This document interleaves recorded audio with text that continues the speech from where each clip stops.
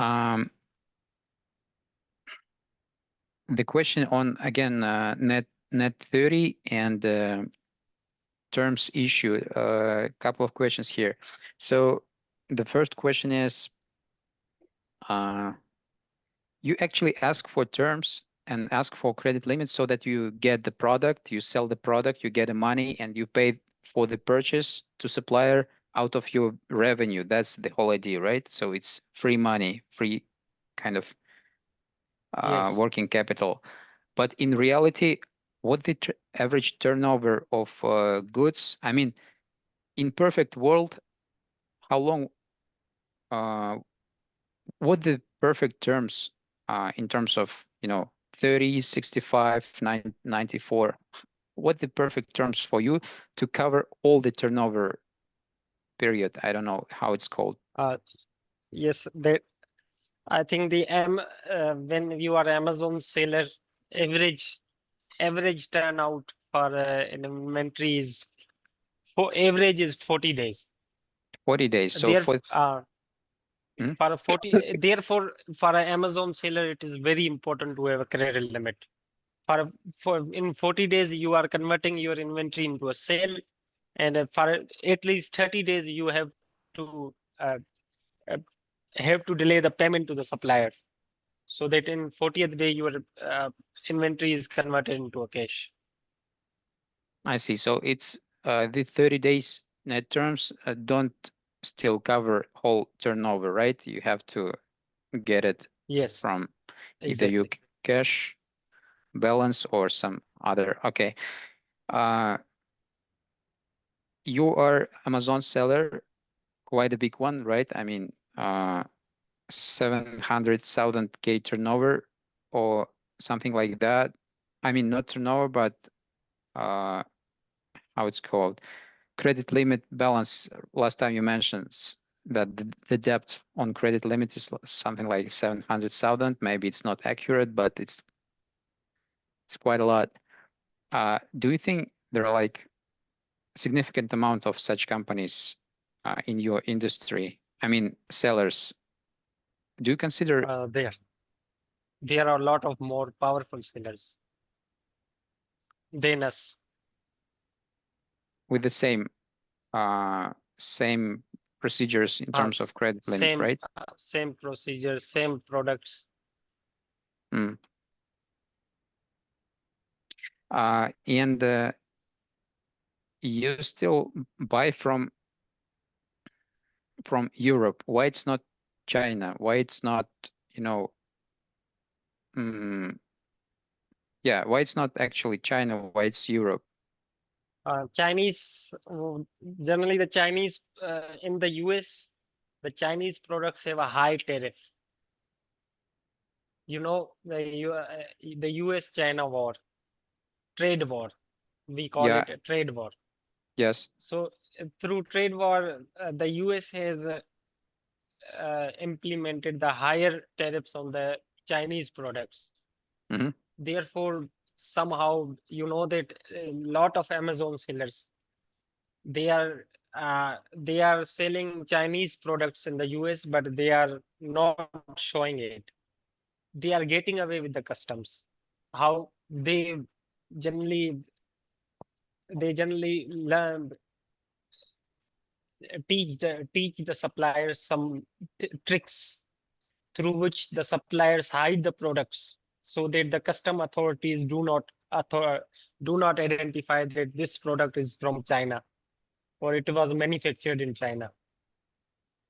I'm sure there are like uh, distributors who actually buy, uh, you know, from China in wholesale, and you can buy from like Europe Chinese products. Is that Yes, what you do yes, also? that is what happens in the US. Mostly the US supplier, US sellers purchase from European market because the European market uh, procure from the Chinese market. The Chinese market. So what the European suppliers do, they hide the Chinese labels in the products. They label their country's logos, their brand name, so on. They just like a private labeling.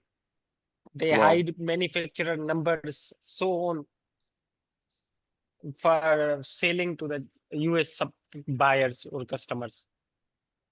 Is This is that on, happening. wow, is that on customs level? I mean, when the company, let's say you buy from, Italy, a legal entity, but 100% is made in China, and you bring that product to the customs, and what happens? Do they like reject your product since it's made in China, or it's not in No. customs, it's in Amazon? How it actually works? So, as I informed you that when the product is the Chinese Amazon solar sellers strictly request the supplier or ask the suppliers that Hmm. if you do not hide the Chinese label, or do not mention anywhere on an invoice that this product is manufactured from China, or do not mention the manufactured product number that belongs to China. Hmm.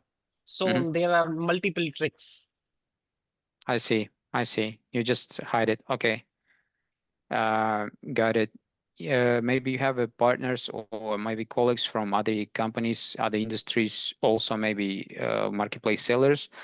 Do they also, have, uh, they work with Europe suppliers, or it's just, your company works with Europe for some reason, but it's not common. What do you think? No, European. There are many Amazon sellers that are working with the European suppliers. And maybe you particularly work with Italy, UK, Netherlands. Is that also something common, or any other countries also involved? I think Italy, and also one of the Italy and Germany, Hmm. UK and Netherlands. These are very common suppliers.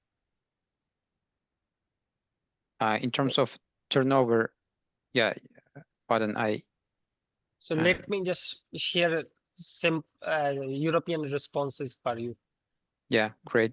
that I have gathered. Hmm. Begins. Yeah, I see. Hmm. No credit terms, no credit terms. But you probably did all your best to get it right with all documentation, etc. Hmm. Terms, okay. And is that request, is that the answer from, guys, from suppliers directly, or with the help of that credit insurance company? Direct responses from suppliers. After Okay. that, we even offer them to come through the Coface insurance company. So if they do not come, then finally we request them, then at least please accept the credit card payments. Hmm. Well, let's assume, I mean, there is a magic, and there is a possibility to create a perfect solution for this problem. I mean, some prototype, some, I don't know, something that works, that solves your problem, how it would look like for you, so that your company would, you know, go ahead with this solution and try to work with it. How it would look like? Is that middleman company, credit insurance, or whatever? Yes, we are very much willing to have request any credit insurance uh, to facilitate us in getting the credit limits, because you know that, as I told you, the average turnover period is 40 days. So we need the uh, certain time, uh, certain time to pay the suppliers, so that we can manage our inventory, because we are required to have 80% of our investment in inventory. I see. Uh, and just let's roughly estimate. I mean, it's not something uh, we will, we just want to understand the volume of the problem. How much would it cost? In other words, let's say we create a solution, and how much should we charge for this solution in order to, from the one hand, resolve the problem, and from the other hand, keep the cash flow to support this service. So let's say uh, here is a solution. You buy products, uh, and you get 40 days, 60 days, whatever, 1 month, 2 months, 3 months term. Uh, how much you need, you get it from any supplier from Europe. Just magic happens, and it makes it becomes real. But this term costs, let's say, 1 month, 2 months, 3 months. There is like monthly cost for that, for purchase volume. Uh, what do you think, for average marketplace, you know, player? What kind of cost would be okay to get this term at the end? So let's I say, think yeah, that depends on the product margin, because we have required to have at least 50%, 15% margin. If not 15, then least we can have a 10% margin. If we have a cash flow issue, and so after all, uh, summing up all issues, we should have a 10% margin on a product. So I think at least 3 to 4% would be a better. for DLL, you had 2%, right? Yes, But that covered only US US market. issues, Hmm. US market. Okay. Okay, makes sense. Makes sense. Just a sec, let me check it out. Dmitry, maybe if you have something to specify, please jump in. Otherwise, No. I will proceed. Well, I have a bunch of questions, few questions left regarding current. Um, let's put it this way. After our last call, we thought that, hey, there are like two frictions, what we see particularly in your business. First one is this cross-border issue, European suppliers, etc., what we talked about. And that's more or less clear. The second issue, which seems to be interesting, but we don't understand if there is any friction. I mean, uh, the process of credit management for US suppliers. So you created kind of business process when you get, I mean, you collect all the documentations, references, whatever else needed. You send this to suppliers, you convince, and you get it. Then you manage it. You track how it works. I mean, do you have overdue or not? And maybe you extend, maybe not. I mean, there is like a whole bunch of issues you manage on daily basis to do on to manage this credit limit issue. Do you think that it's like market standard and everybody already does that, or you hacked the system? I mean, hacked and did something, extraordinary in this case. So the way how you manage, how you get this credit limit, is it something extraordinary? What do you think? Somehow it looks something extraordinary and tardy, very, very much what we can say exhausting work. When you have a supplier like who has investigative mind. So he asks everything, just like provide this supplier is not responding, this reference of yours is not responding, please ask them, call them, so on. They are not sharing this information of yours. so on. So at this time, you feel like this supplier has no intention of giving credit limit. You are just wasting your time. But it is your job requirement that you have to do, and it is your monthly target that you have to bring the 5 new credit limits from anywhere, 5 new I, suppliers at the end of every month, and $100,000. You have to bring $100,000 as a credit limit from the any suppliers. It is a monthly target you have to do, you have to strive. So somehow it is a really out of 10, maybe. And whenever I do purchase analysis at the start of month, so I see the trend of the quarter wise, I see the trend of the suppliers, their margins, and so on. Then I decide from which supplier we are consistently purchasing over $10,000. So we approach. Then some suppliers straight away reject your offer. So that somehow hurts, but that's your job that you have to do somehow. when you start working with a new supplier, do you ask for credit limits straight on from the day one? Yes, from the day one. Now it is our policy that we have to request the supplier on the day one that you should offer us credit limit.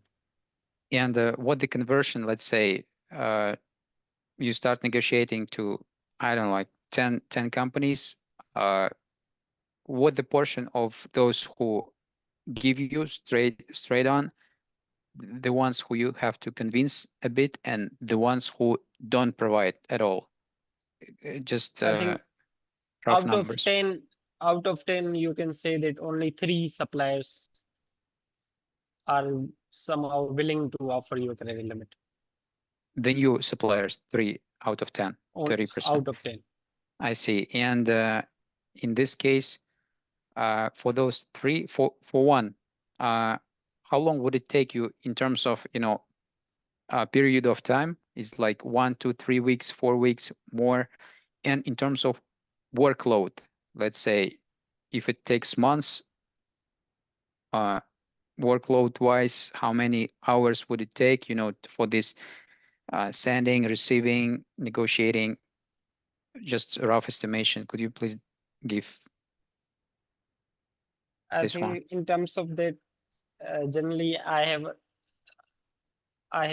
this job is a part, what we say that a part-time one, because I Mhm. have a major field of mine is financial accounting and analysis. I see. So still I have also got this target that 5 new limits plus $100,000 Mhm. on each month. So when when you are with when you are talking with the suppliers, you have to have a weekly meeting, uh, in that we are conveying our sales forecast and also purchases forecast, demand in the US market for that specific product. So we generate that report, also discuss with them, and they are on the back end. They also investigate through. You might have also add D&D, Duns and Bradstreet, What's that? I mean, in general. credit rating agency. All right.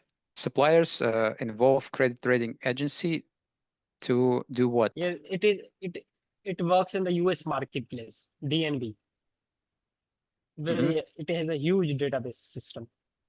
Okay. We have also got accounts in their database system. And I mean, what they estimate your payment uh, ability, or what? Yes, um, our payment ability, uh, and so on, credit Hmm. history. Somehow you are just like on LinkedIn, someone recommends you, write recommendation for you. So we ask a supplier to recommend us on DNB. So they the potential supplier also view us as a good ones. I see. So you they estimate your like credibility there. I mean, suppliers estimate your credibility, and you ask for recommendation there. Anything else? Uh, Also, how DNB great way. Interestingly, this one works in the US as far as my knowledge is concerned. But one of the European supply, I gave my DUNS number, Dun and Bradstreet number, to one of the mm, European suppliers. So he straight away offered me a credit limit. I see. So they checked all the. They check. So when you when you request the data from them, you have to pay DUNS, Bradstreet and DUNS somehow some sort of fees. They Mm, provide the complete company detail, when it was incorporated, incorporation number, so on, financial over the year financials. They have a very strong database, business I see. database system. I see. Well, coming back to this process you created, which is again uh, seems to be just something, some masterpiece you created. So, what the key frictions, key problem spaces they are? I mean, in terms of, is it, what would you say? Either any like friction you see there, or it works smoothly. By problem space, I mean, uh, what the pain point here? What could be the pain point or in this whole credit limit management issue where something, shouldn't be like that. Something should be more smooth, automated, like less workload or whatever. What would you fix if you could fix instantly? Yes. Uh, this has been my grievance from my teams, my procurement team, my product research team, my supply research team. So I have seen one thing that is really somehow disgusting, or you can say that disliking to me in terms of Amazon seller. So what is that? It is that when a margin of some products drop a little, you straight away change the supplier. You Mhm. straight away, you do not see that you have built a so much relationship with this supplier. So for a 2 to 3% margin, you shift the supplier. So in this Amazon business, you are always running after the margin. So when some one of the I have seen that we have got great credit limits. Some of the suppliers, when their product margin decrease, we shift the suppliers. We purchase from another suppliers, even though we have got credit limit with them. And So this also disheartens the suppliers, because when we have a meetings with them that we will buy this much next year, so on, this much, so they get disheartened and they continuously send us the email that your purchasing is dropping and so on, so on. but that seems to be kind of operational side, maybe like you know, with high workload and kind of tricky thing, but I mean, it's margin issue. It's not like credit limit. You don't have to ask for extension of credit limit. You don't have to manage credit limit anyhow in this case. You just switch. I mean, I understand that it's kind of something which is complicated in your job since margin is quite low in this. I mean, not low, but you run after margin. But in terms of specifically this credit limit management, would you say it's hard to get it for the smaller companies? I mean, okay, let's put it this way. Here's a supplier, right? 10 suppliers, and you ask for credit limits out of 10 suppliers, and you provide all the documentations, you know how to do it, and you're a big company, etc. But only three of them uh, give you that within, actually, how much would it take to get three? 1 month? Yes, 1 month. So only three. Why the rest don't provide you those credit limits? Because you already provided everything, even D and B score, etc. So why? Uh, What the reason behind it? What the rejection reason? because some companies have their internal policies. One of the UK companies from whom we were buying 300 pounds, 300,000 pounds per month. We Well, approached them. They asked me that our shareholders, we posted the request of your credit limit to our shareholders. Our board of directors sat on it and decided that we UK company cannot offer the credit limit to the any foreign company. Any that's foreign company means like a US company. I see. I mean, that's the same as you have with the European Union company. But if we talk Yes. about US based companies, and let's say all 10 of them are US based, why they reject? What the reason behind it? Let me share with you Yeah, some that sort. that would be perfect to have some specific example, because I just don't get, there is a supplier, you will pay, but they don't give you some just 30-day net terms, even for a small amount. Seem that they just have to give you right on from the first request, but they don't. And 30% conversion doesn't seem to be like a big one, quite a lot, but still, why not 100?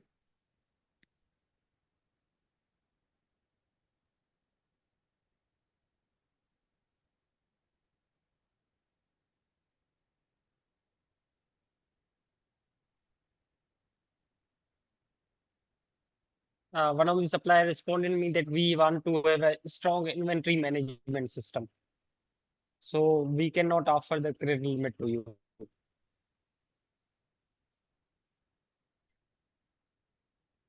That's something technical, like that's our policy, that's our inventory management system, that's our bank.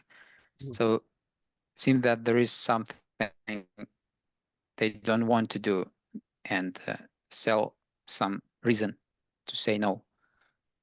I mean, Um, Often one few European suppliers, sorry, US suppliers informed me that our references did not respond them well, therefore they are not offering credit limit. mhm, I see. So that's a response issue. Uh, I mean, uh, if let's say top three reasons of rejection, do you maybe even calculate or analyzed that, or just off the top of your head remember that key reasons that pops up again and again and again? Uh, what should what could stop them, especially specifically in the segment of new suppliers you didn't work before? I mean, if it's old, that's history first, experience first. Reason could be, I mean, if they had, they provide. If not, but if that's new, no history before, why they Okay. reject? Okay. One of the reason is also business model. Hmm. And they some of the suppliers also consider Amazon sellers as a short-term short-term businesses. Like they Mm-hmm. will sell and they will run away after a few months. Mm-hmm. They are also fearful of that. And did you maybe find out some, hack, some approach that you tried and it worked out, and it's something, probably some, innovation from your side?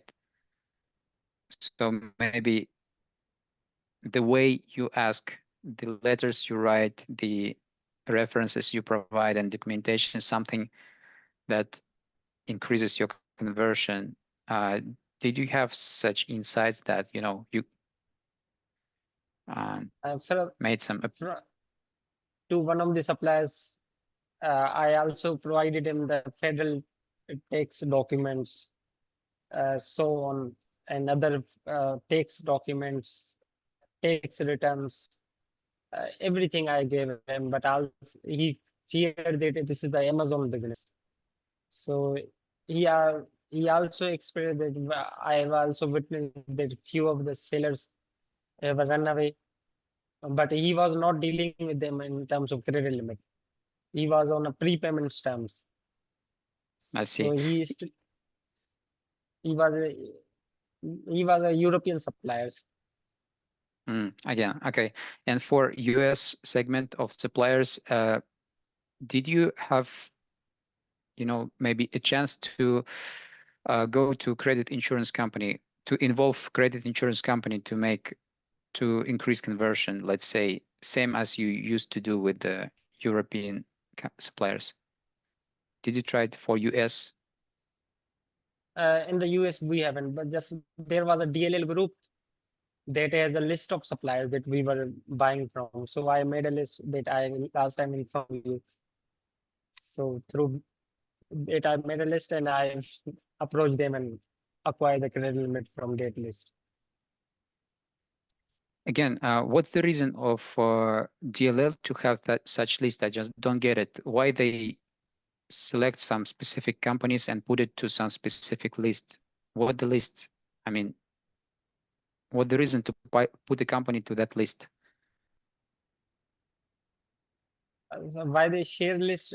That's what you are saying. I mean, DLL kind of selects some specific companies and puts those companies to a list of suppliers. Uh, Yes. Actually, I didn't manage to find this list. Is it like, Let me share with you. Let me share with yeah, that would be awesome. Should I close? Okay. you. DLL questions.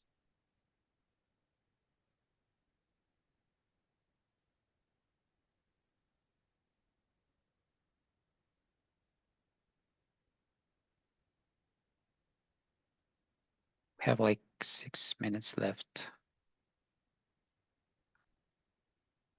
Find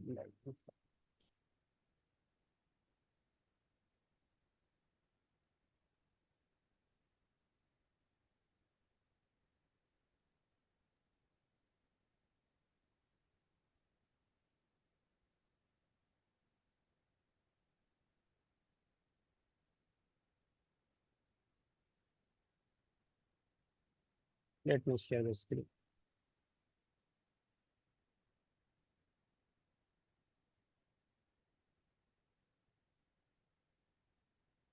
Mhm.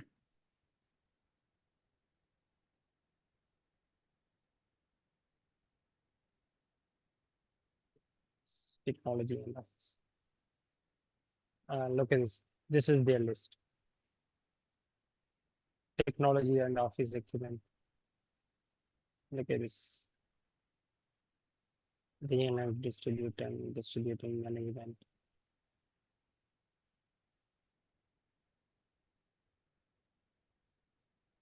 Okay. And what the reason to put the company here? Do they do some pre-scoring or check or maybe agree some specific conditions with such kind of companies? I mean, there is a value why you uh, take those companies from this list. I mean, why you don't just go to some random supplier, but go there and take from dealer list? I just don't get it why it exists. It exists because of I inform you that suppliers, they do not offer the higher limits to their Ah, customers. They restrict their customers. I So see. we are we are a company of $4 to $4 million investment. So if you are a big tire, just like a big tire company and working with this DNH distributing, the one of the biggest distributors in the US market. So you will require a huge funds. So DLL is a very convenient and a great way to purchase these items on a credit from this Well, yeah, DNH distributor. makes sense. Do you think smaller sellers, marketplace merchants, have same processes and same problem to get, have same distributors, same suppliers, and same problem to get credit limit? Do they do same things as you do, or it's just uh, the problem of big marketplace businesses like you are? I So I think just small suppliers do not offer because we are managing 6 companies. Some of the companies have a less than $500,000 investment. So I mhm, so when you show them financials, they straight away reject your request. I see. Next step, we need to confirm if it's applicable for quite a big amount of companies, both those problem spaces, cross-border issue, and credit limit management issue, and how to find such kind of customers. Would you rather go to electronic merchants on Amazon, or it could be not only electronics, or it could be not Amazon? And how big in terms of revenue and number of employees the segment should be? What's your like rough estimation of the top of your head? In terms of our business, or Yeah, let's say we need 10 more companies like you are to check if they have same things, same, more or less same problems with credit limits and cross-border. And we go to LinkedIn to find them, and we need to sort to in terms of money-wise and people-wise. So per year, so how many people, let's say, work in your group, and money-wise, just general revenue from 1 to 10 million, from 10 to 50, etc. Just general idea to sort and to find. yes, our revenue is figure is $30 million annual. And people-wise, it's 200, 300, 200. 200. So do you have maybe some people, some colleagues in other companies who work for similar companies, so that we can talk to them pretty much on the same topics? No, I do not. I see. Well, Ashfaq, uh, thanks again. I mean, that was like super impactful. We have 1 minute left, so it's gonna cut off us just quite soon, in few seconds. Let's put it this way. Now we should, digest all the information. Please send your, data to transfer the payment we negotiated to cover your spending of your time. And I think we probably move on. Since we checked those two hypotheses, go deeper to segment, then move on with the maybe product, and maybe do another meeting if you're okay, because it's quite exhausting, but that's super Yes. impactful. Please share your information, how to transfer. I mean, if it's USDT, that would No, be perfect. If not, we can. no, that's okay.